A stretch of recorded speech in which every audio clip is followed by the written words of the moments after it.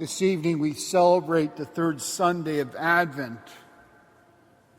The third Sunday of Advent is also referred to as Gaudete Sunday. Gaudete is a Latin word calling for us to rejoice. And in our scriptures today, we also hear the call to rejoice.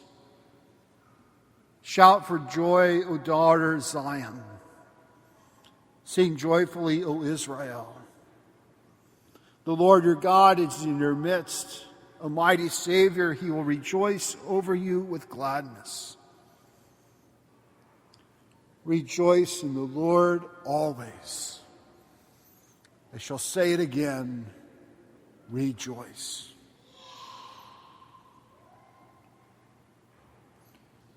We hear the call to rejoice, and we symbolically respond. We lit the third candle on our Advent wreath. And note the third candle is different from the other three. And our vestment color sort of matches the third candle on our Advent wreath. 2 Sundays during the year, I get the privilege of wearing this color vestment. And there's always debate each time about what color it is. Some like to say it's pink. Officially, the church and others like to say it's rose. I like to say it's rosé, the same word as rose, but picking up, I think, a Spanish, putting an accent over the E to put a little more excitement with rose. And before Mass, we're discussing why it's rose over pink and what's the difference. And they're practically, I think, the same color. But I'm reminded of a cartoon that I've seen that featured a priest saying Mass. And behind him were two altar boys, and they're debating about the color. And the one said to the other, I thought he rose from the dead and did not pink from the dead. I guess by that standard, he did not rosé from the dead either.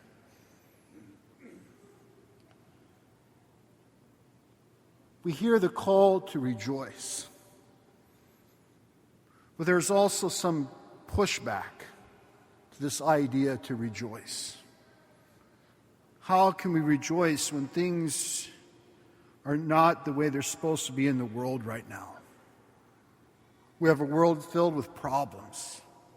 How can you rejoice amid all these problems that we have in the world?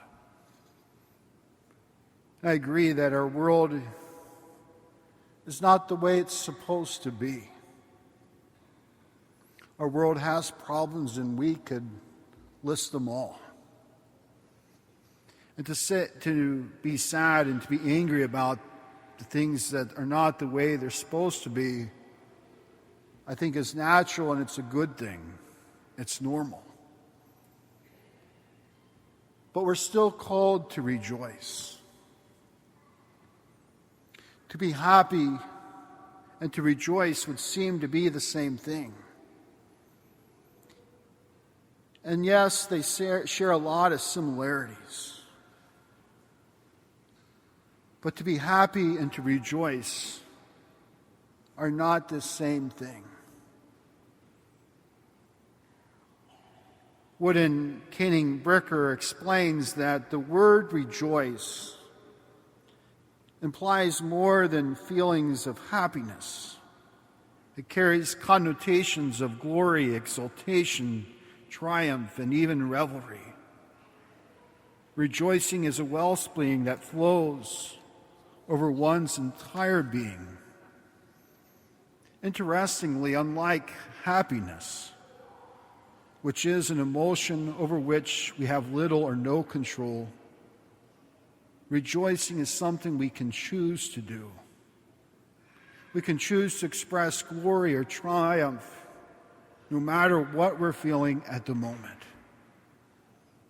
If we need proof that we can always rejoice despite our feelings, we look no further than to Mary. It is clear that Gabriel expected Mary to rejoice.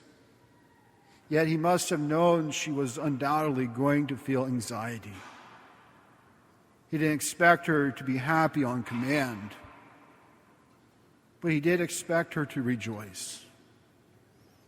Likewise, we can rejoice at all times and in all circumstances, not because we feel giddy, but because life itself is a celebration. To breathe the air, to see the sky, to merely live is more than a cause for rejoicing. Just by the mere fact that we're here today is a reason to rejoice. Our world is not perfect, and it does have its fair share of problems. But neither were things for the people of Israel. Things for them were not the way they were supposed to do. Yet God, in our scriptures today, calls them to shout and sing for joy. Not because things are the way they are supposed to, but because God is about to do something great for them. And our God is about to do something great for us as well. So what are we to do? This is our question. But this is also the question the crowds asked John the Baptist. Even tax collectors and soldiers asked this question. What are we supposed to do? John replies by telling the crowds and us, by calling us to do the right thing. If you have 2 cloaks, share it with someone who has none.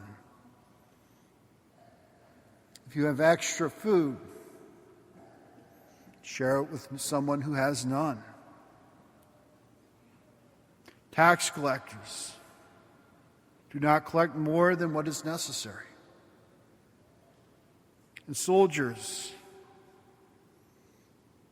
do not falsely accuse and be satisfied with your wages.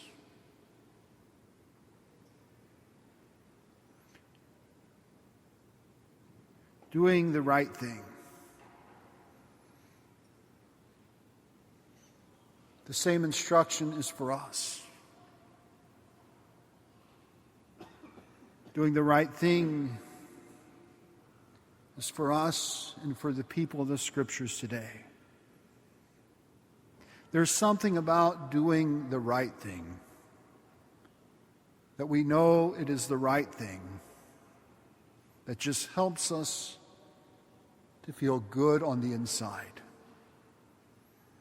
that we cannot help but rejoice. Parents, you try to teach your children to do the right thing. I think part of that connotation in teaching your children to do the right thing, you teach them that it feels good to do the right thing.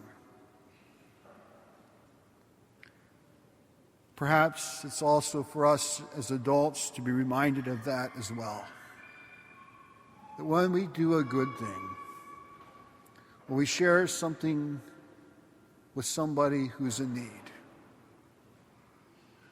it's a good thing. But it helps us to feel good on the inside and helps us to rejoice. We're just slightly over halfway through the season of Advent. We're preparing for the Lord to come. What are those right things? those good things that you can do for another as we prepare for the Lord to come.